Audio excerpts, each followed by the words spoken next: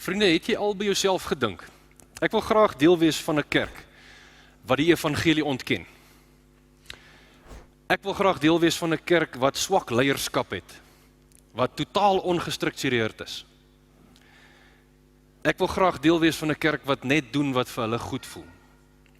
Ek wil graag deel wees van 'n kerk wat onbybelse leer aanhang en verkondig, wat my ore sal kielie, my sal dit goed voel as ek die dinge hoor wat daar van die preekstoel af gesê word.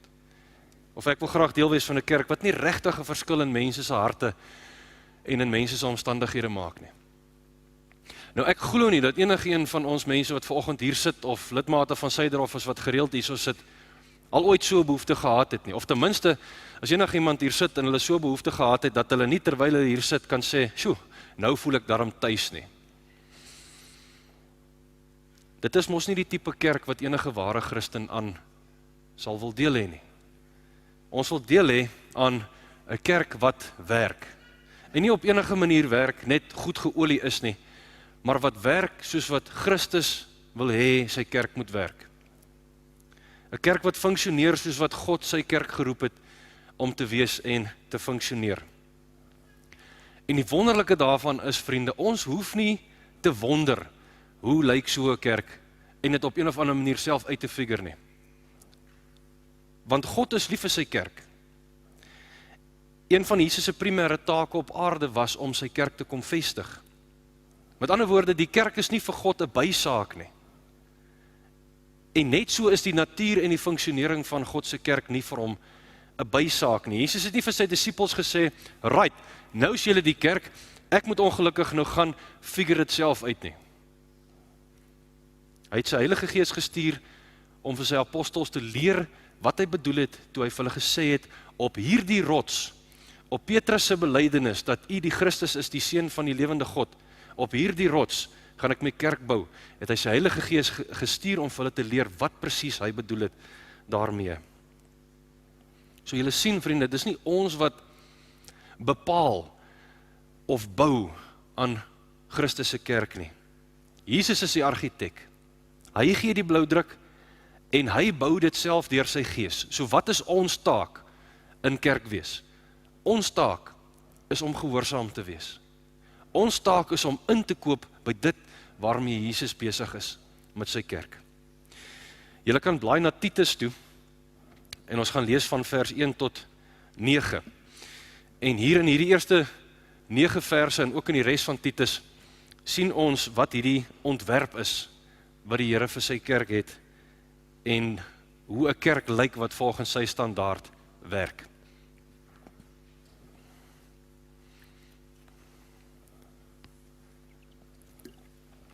Ek het vir julle die 2020 vertaling hierbo. As hy so 'n bietjie anders lyk as die 83.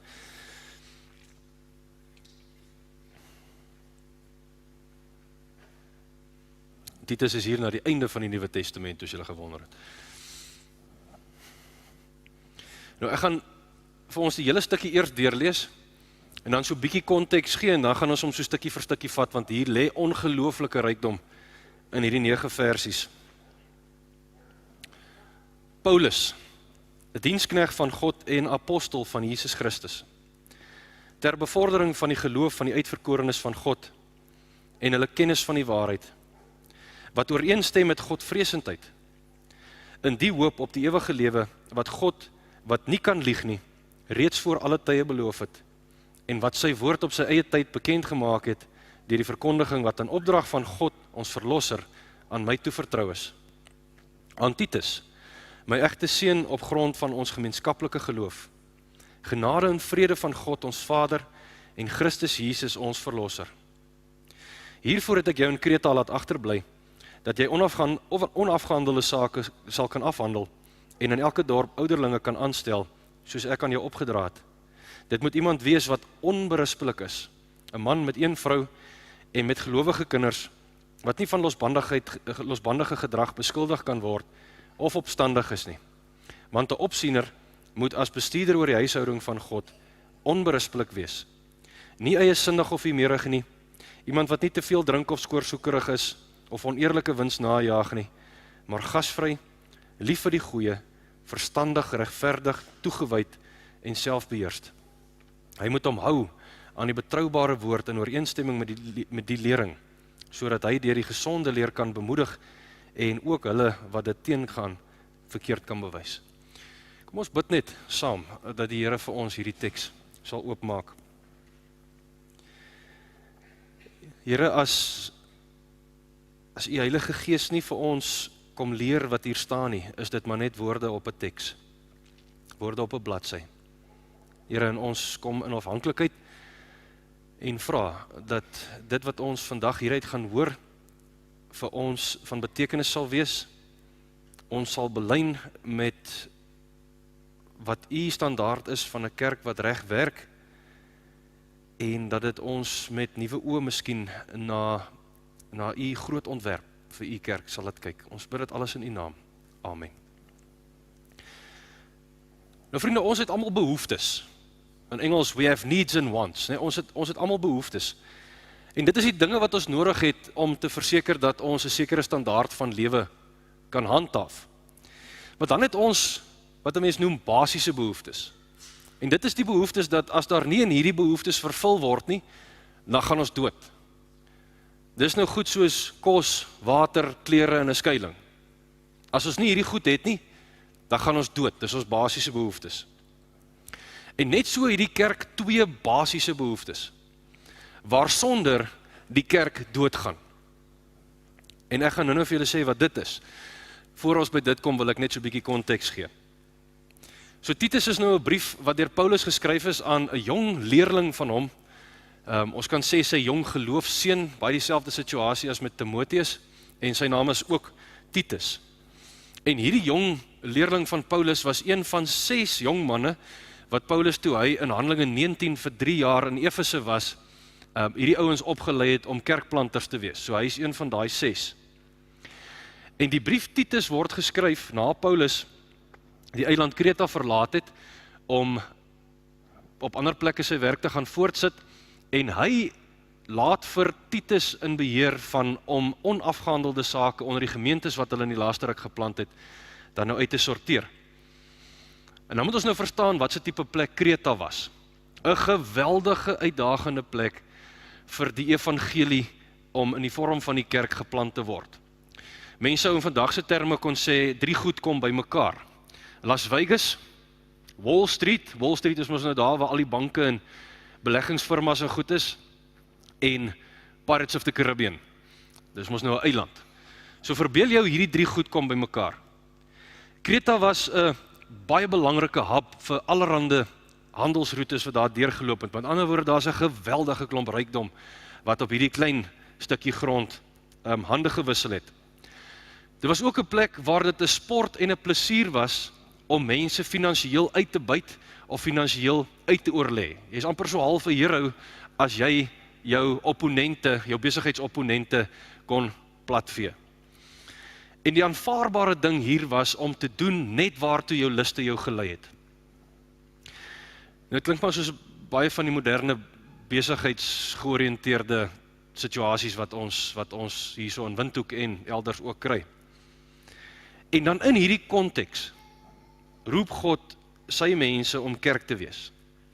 En nie enige kerk nie, hy roep hulle om 'n kerk te wees wat werk, volgens sy standaard van hoe 'n kerk lyk wat werk.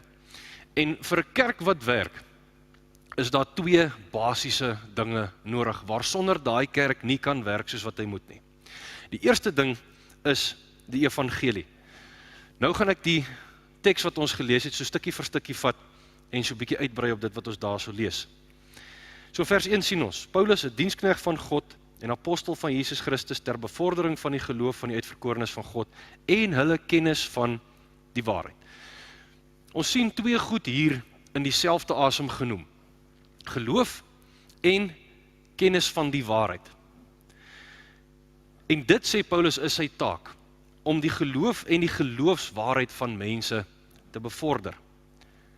Hoekom dink julle is mense vandag so geneig om hierdie 2 so ver as moontlik uit mekaar uit te probeer hou? Jy weet, sekere dinge is verseker kenbaar en waar. En ander dinge moet jy maar net op blinde geloof vat. So half die 2 pole. 'n Ding is of waar, of jy glo in dit. En kan nie te waar wees nie. Dis maar die onderskeid wat daar gemaak word tussen wetenskap en geloof ook. Wetenskap handel met die feite, hoe die wêreld regtig is. En die geloof is maar net jou persoonlike oortuiging. En dit kan verander en dit kan aangepas word net soos wat jou omstandighede dit benodig. Wat sê Hebreërs 11 vers 1 vir ons, is die definisie van die geloof wat ons aanhang. Geloof egter, 'n sekerheid van die dinge wat gehoop word, 'n bewys van die dinge wat nie gesien word nie. Klink dit soos 'n persoonlike veranderlike opinie wat hier vir ons weergegee word? Ons hoor woorde soos sekerheid en 'n bewys. Daar is niks veranderlik of vloeibaar aan ons geloofswaarheid nie. Jy kan die verkeerde geloofswaarhede aanhang, verseker. Jy kan verkeerd glo oor God, en jy kan verkeerd glo oor sy plan, en jy kan verkeerd glo oor sy wil vir die mens.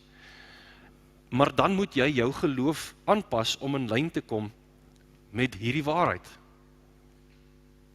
Maar geloof, soos wat die Bybel daaroor praat, hoort nie tuis in die kategorie van jou persoonlike, veranderlike opinie nie. Anders sou mens dalk wys op Paulus in 1 Korintiërs 13, ek het dit al baie gehoor vanuit die progressiewe en die liberale kringe in ons eie kerk, wat sê, maar kyk wat sê 1 Korintiërs 13 vir ons oor kennis en oor geloofswaarheid. Liefde faal nooit nie, maar profesie, dit sal tot 'n einde kom. Of tale, dit sal ophou, of kennis, dit sal tot niet gaan. Want ons ken gedeeltelik, en ons profeteer gedeeltelik, maar wanneer die volmaakte gekom het, sal wat gedeeltelik is ophou bestaan. En dan herhaal hy eintlik wat hy so pas gesê het, net met 'n ander beeld. Nou sien ons wel in 'n geheimenisvolle beeld, soos in 'n spieël, maar eendag van aangesig tot aangesig. Hulle het nie spieëls gehad soos ons vandag, wat redelik akkuraat is nie. Hulle het maar 'n stuk brons so blink gepoleer soos wat hulle kon, en dan het jy min of meer die buitelyne gesien van wat jy na kyk. Nou ken ek slegs gedeeltelik, maar eendag sal ek ten volle ken soos wat ek ten volle geken is. En dan word hierdie teks in 'n mens se gesig gegooi en gesê, sien, ons ken gedeeltelik. Met ander woorde, moenie te seker wees oor wat jy glo nie. En toe het ek nou so 'n bietjie 'n denkbeeldige oefening deurgemaak om dit vir myself verstaanbaar te maak. Wanneer ek leer vir 'n eksamen, wat ek gelukkig baie lank klas gedoen het, en die eksamen handel oor die inhoud van 'n handboek wat 10 hoofstukke het. En soos wat ek nou maar is 'n procrastinator. Ek stel uit en ek kom net met my uitsonderlike tydsbesteding by die eerste 3 hoofstukke uit. En ek leer nie die ander 7 nie.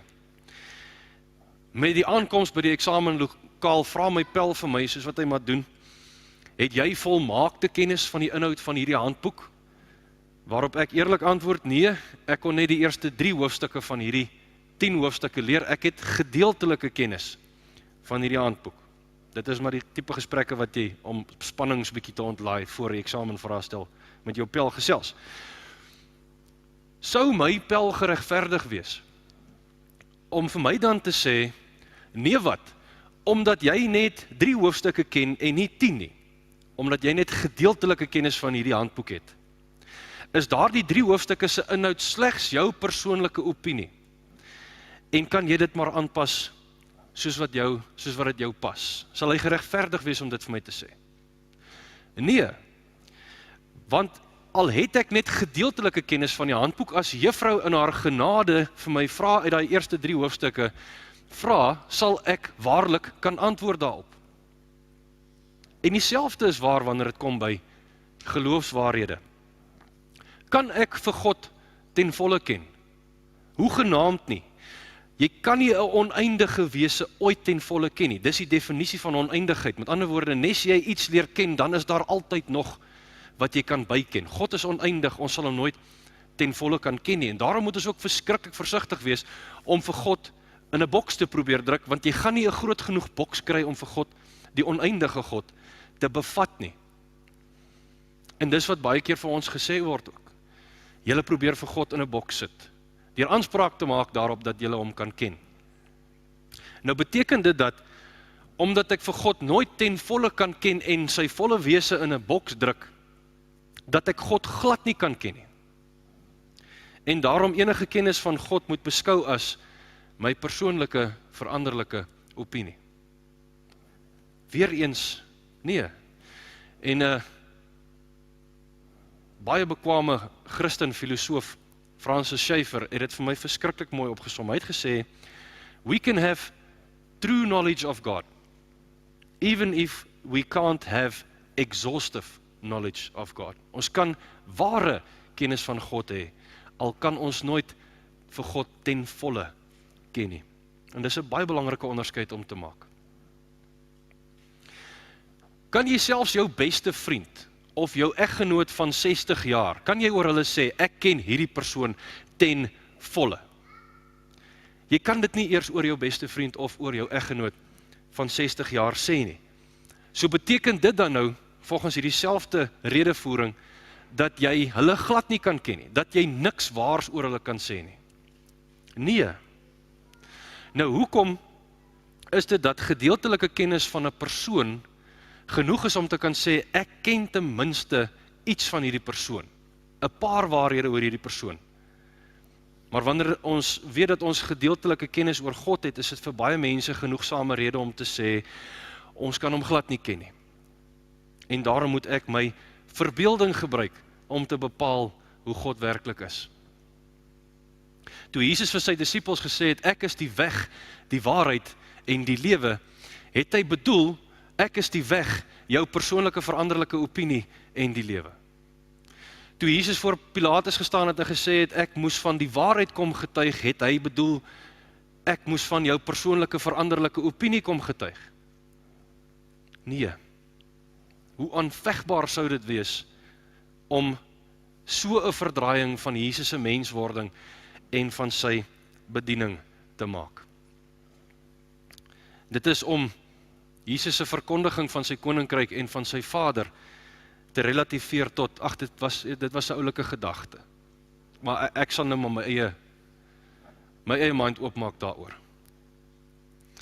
So Paulus sê vir ons, sy werk as 'n apostel is om mense se geloof te versterk en hulle kennis van die waarheid te bevorder. Met ander woorde, om hulle 'n groter vertroue te gee in God, wat waarlik kenbaar is, alhoewel hy nie ten volle kenbaar is nie, met 'n kenbare wil, 'n wil wat hy self deur die Seun duidelik en ondubbelsinnig aan ons kom verkondig het. Dit is Paulus se taak.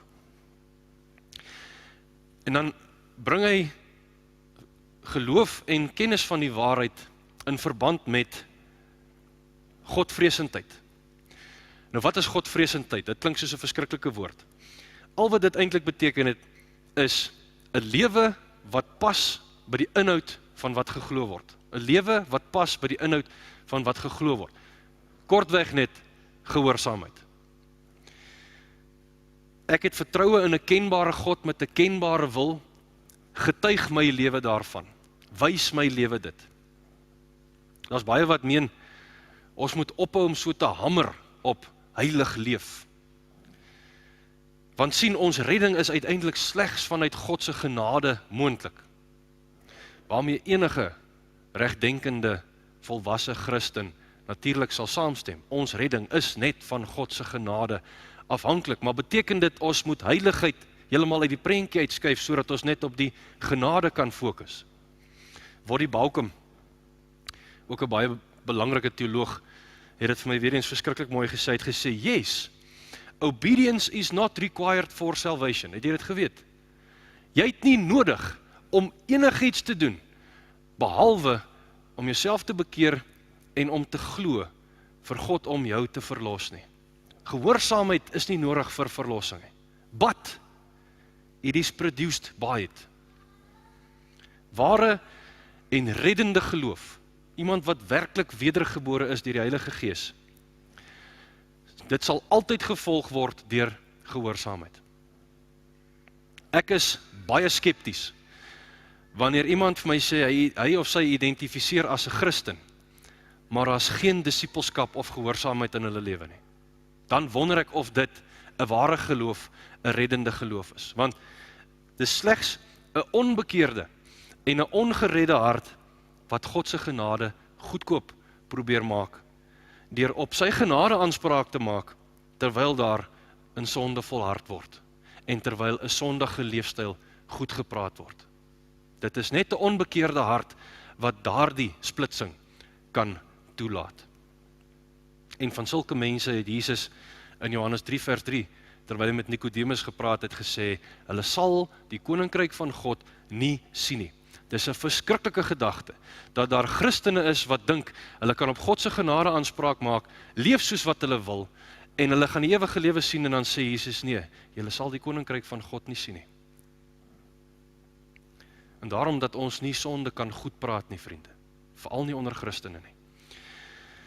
In die hoop op die ewige lewe wat God, wat nie kan lieg nie, reeds voor alle tye beloof het. Wat is dit waarin ons hoop, wat ons hierdie ewige lewe noem? Jesus, dis nie maar net 'n hemelse pretpark wat ons nou sien as die ewige lewe nie. Jesus het vir ons in Johannes 17 vers 3 baie mooi gesê, en dit is die ewige lewe, terwyl hy tot sy Vader bid in sy disippels se teenwoordigheid. En dit is die ewige lewe, dat hulle u kan ken, die enigste ware God, en ook hom wat u gestuur het, Jesus Christus. Dit is die ewige lewe waarop ons hoop, dat ek vir God kan ken, en vir Jesus kan ken, en in hulle teenwoordigheid gaan wees.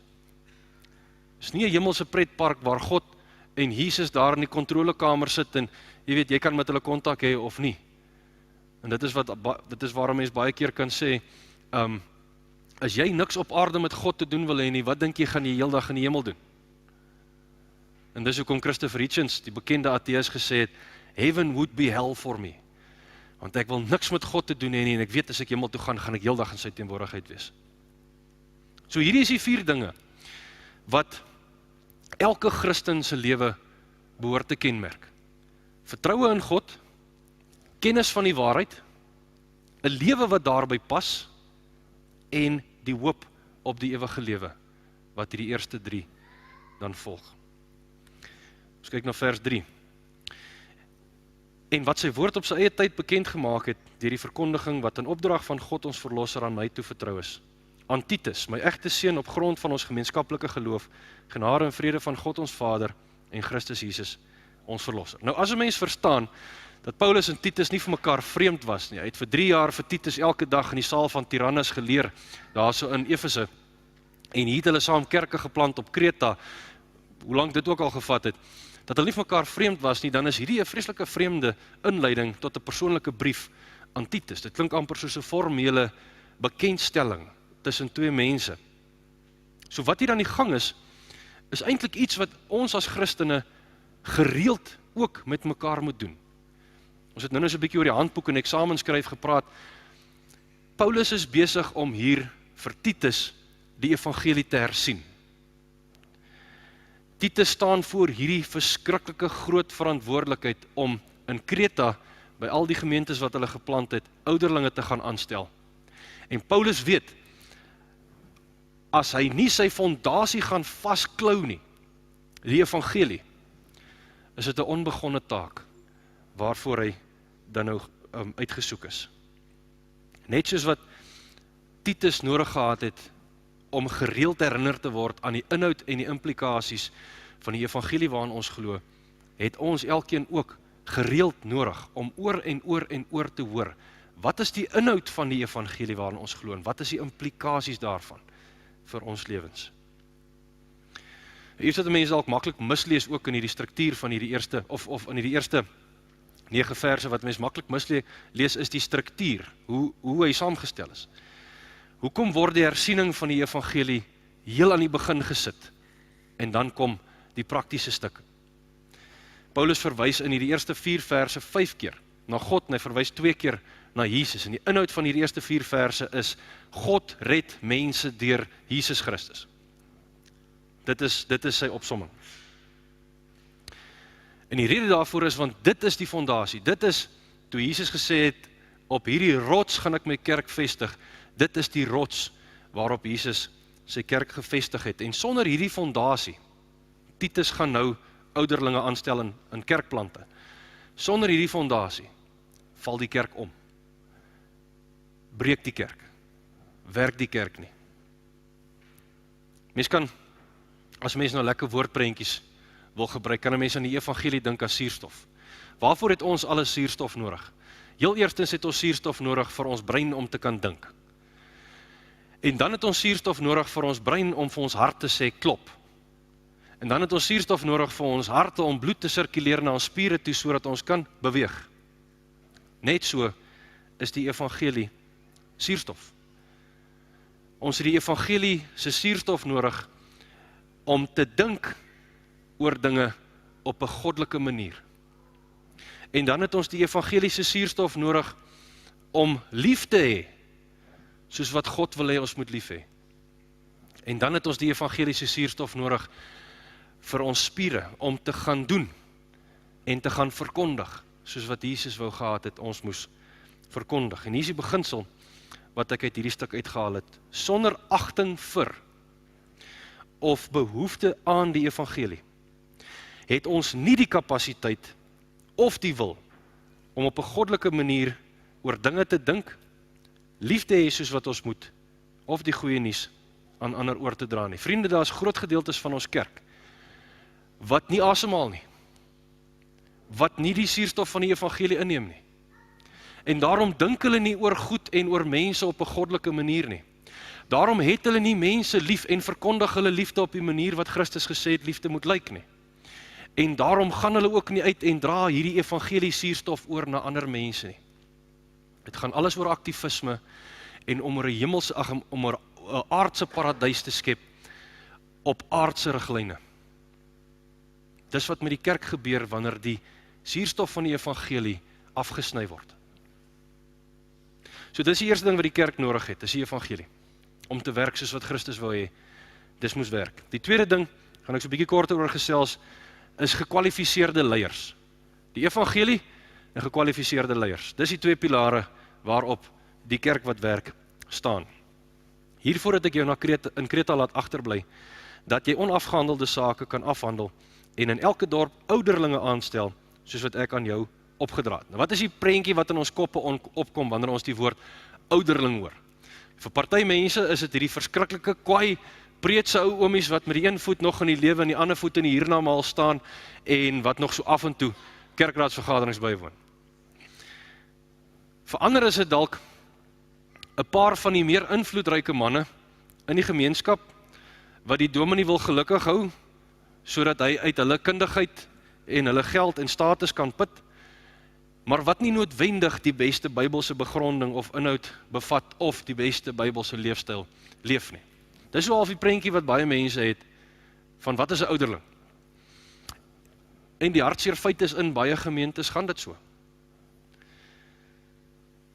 Nou wat is God se vereistes vir hierdie belangrike posisie? Ander woorde wat ons in die Nuwe Testament kry wat ook die rol van ouderling bietjie meer beskryf, is 'n herder of 'n opsiener. Met ander woorde, moenie net dink ouderling, dit is niks anders as ook dominees en pastore nie. 'n herder of 'n opsiener. Ouderling, dominees, pastoor. Die Bybel dink presies dieselfde oor hierdie kategorie in die kerk. En ons gereformeerde tradisie is ook baie getrou aan hierdie gedagte. Ons het wat ons noem 'n presbyteriale regering in die gereformeerde tradisie. En presbyteros is maar net die Griekse woord ouderling. So ouderlinge regeer die kerk in die gereformeerde stelsel. 'n Dominee is niks anders as 'n ouderling nie. Hy is die lerende ouderling. Waar die ander ouderlinge is die regerende ouderlinge. So 'n dominee het nie 'n spesiale status in die gereformeerde kerkie. 'n Dominee is niks anders as 'n ouderling. Ons is op dieselfde vlak. Ons het dieselfde verantwoordelikheid en ons is ewe verantwoordbaar. So as ek nou verder praat oor ouderling, dink ook dominee of pastoor. Hoe moet so 'n persoon wees? Dit moet iemand wees wat onberispelik is. Engelse woordjie vir onberispelik is blameless. Sonder fout. Waarop geen kritiek ingebring kan word nie.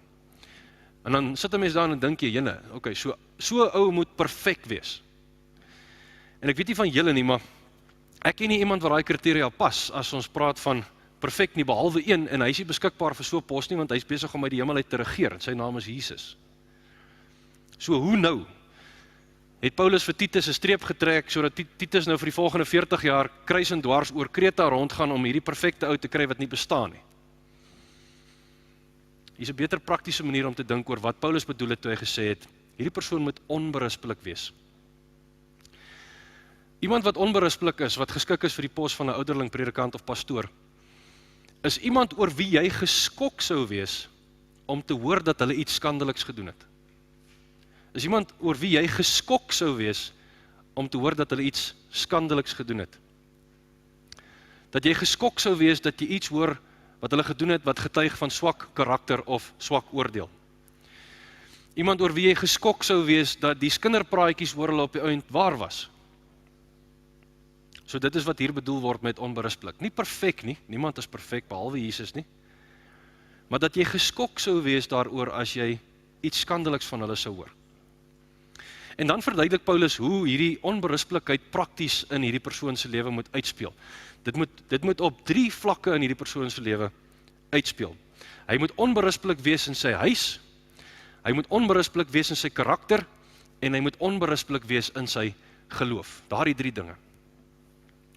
Hy moet 'n man wees met 1 vrou. Nou die Grieks draai die betekenis vir ons 'n bietjie duideliker oor. Daar staan, hy moet 'n 1 vrou man wees. 'n 1 vrou man wees. En dit beteken nie, dit is net 'n man wat met 1 vrou getroud is, want dit kwalifiseer daarom meeste van ons. Maar dit beteken dis 'n man wat aan sy vrou getrou is. Fisies, daar's nie oorspel nie, en in sy hart. Hy kyk nie rond nie. Nie op skerms nie, nie in die dorp nie, nie in die gym nie. Hy's getrou aan sy vrou. Hy's 'n 1 vrou man. En met gelowige kinders wat nie van losbandige gedrag beskuldig kan word of opstandig is nie. So ons moet die vraag vra. Sê nou maar so 'n persoon het 'n 40-jarige kind, wat 'n ongelowige is en losbandig leef. Diskwalifiseer dit hierdie persoon, hierdie ouderling, predikant of pastoor, diskwalifiseer dit hom van sy amp. Wat van 'n 22-jarige kind op universiteit, wat in rebellie leef teen die evangelie en ook losbandig, diskwalifiseer die feit dat sy 22-jarige rebellie en losbandig, diskwalifiseer dit hom. Of wat van sy 16-jarige op skool. En hier is die beginsel wat ek nou gepraat het, toe ons by die doopouers gekom het. 'n Ouderling kan nie sy kinders beheer nie. Maar dit moet duidelik wees in die manier hoe hy sy huishouding struktureer, dat hy intentioneel is in die manier hoe hy sy kinders grootmaak. Ons kan nie ons kinders tot geloof forceer nie. Ons het gehoor, dis net die Heilige Gees wat geloof in mense kan wek. Maar ons kan intentioneel wees in die manier hoe ons met die woord omgaan, in die manier hoe ons geestelike dissiplines in ons huis laat tuiskom, in die manier hoe ons oor die Here praat, en die manier hoe ons kinders leer. Ons kan intentioneel wees. En dit is waarvan so 'n persoon se lewe moet getuig. Is hulle intentioneel? Is daar respek vir God se woord? Is daar respek vir God? Is daar respek vir geloofsgewoontes in daardie huishouding? En dan kom ons by die karakter wat hieruit voortvloei. Want 'n opsiener moet as bestuurder oor die huishouding van God onberispelik wees. Nie eiesinnig of humeurig nie, iemand wat nie te veel drink of skoorsoekerig is, of oneerlike wins najaag nie, maar gasvry, lief vir die goeie, verstandig, regverdig, toegewyd en selfbeheers. Nou hoef nou nie te diep hierop in te gaan, ek dink dit behoort voor die hand liggend te wees, hoekom hierdie deel is van die kriteria vir 'n ouderling, 'n pastoor of 'n predikant. Maar die kernleierskapsbeginsel wat hier agter lê is, 'n goeie leier is iemand wat homself eerste kan lei. 'n Goeie leier is iemand wat homself eerste goed kan lei. Hoe moet 'n ouderling, 'n predikant of 'n pastoor 'n gemeente lei as hy nie homself kan lei nie? Ook kan ons nie hierdie karakter van ons lidmate verwag, as ons dit nie in die eerste plek van ons ouderlinge, predikante of pastore kan verwag nie. So 'n ouderling moet nie net onberispelik in sy huishouding wees nie, hy moet ook onberispelik in sy karakter wees. En dan laastens moet hy onberispelik wees in sy geloof. Hy moet hom hou aan die betroubare woord, in ooreenstemming met die lering, sodat hy die gesonde leer kan bemoedig, en ook hulle wat dit teengaan, kan verkeerd bewys. Ouderlinge, dominee of 'n pastoor, moet onberispelik wees in hulle geloof. En 'n ander woordjie wat ons daar kan bysit is, hulle doktrine. Hulle moet suiwer wees in hulle geloofswaarhede oor die evangelie. Hoekom? Want een van die primêre take wat aan 'n ouderlinge, predikant en pastoor opgedra word, is om jou te help om reg te glo oor God. En reg te glo oor sy plan met die wêreld en reg te glo oor sy wil vir die mens. Hulle is nie so seer daar om al jou Bybelse vrae te kan antwoord nie, Denise. Maar wel bedenklike teologie en swak teologie te kan aanspreek. En as nodig, selfs op ander ouderlinge, predikante en pastore se tone te trap in gehoorsaamheid aan hierdie mandaat. Nou vriende, ek verstaan dat niemand waarskynlik vandag hier gaan uitloop en dink, wauw, my lewe is nou verander. Ek is bly om te hoor oor die kriteria vir gekwalifiseerde leierskap in die kerk nie. Ten beste sou jy miskien kon sê, ek sien dat die Bybel vir my sê dat gekwalifiseerde leiers in my lewe baie nodig is. So ek sal hulle respekteer en ek sal hulle selfs 'n bietjie aanmoedig. Maar die punt is, my plaaslike herder, ouderling, predikant of pastoor, my plaaslike herder, is veronderstel om my te wys na die groot herder. Soos wat Jesus oor homself gepraat het in Johannes 10. Toe hy sê, ek is die goeie herder. En die goeie herder lê sy lewe af vir sy skape. Ek is die goeie herder. En ek ken my eie. En my eie ken my. Net soos die Vader my ken en ek die Vader ken. En ek lê my lewe af vir die skape. Wat dit vir ons sê is, vriende, Jesus het jou so lief. Nou is ons terug by die evangelie. Jesus het jou so lief, dat hy sy lewe vir jou afgelê het. Mense, en veral ateïste en mense wat die geloof minag, sê, Jesus het net sy naweek opgegee, kom tog oor het. Hy het sy lewe afgelê. Hy het nie net sy naweek opgegee, hy het sy lewe afgelê. Maar nie net dit nie.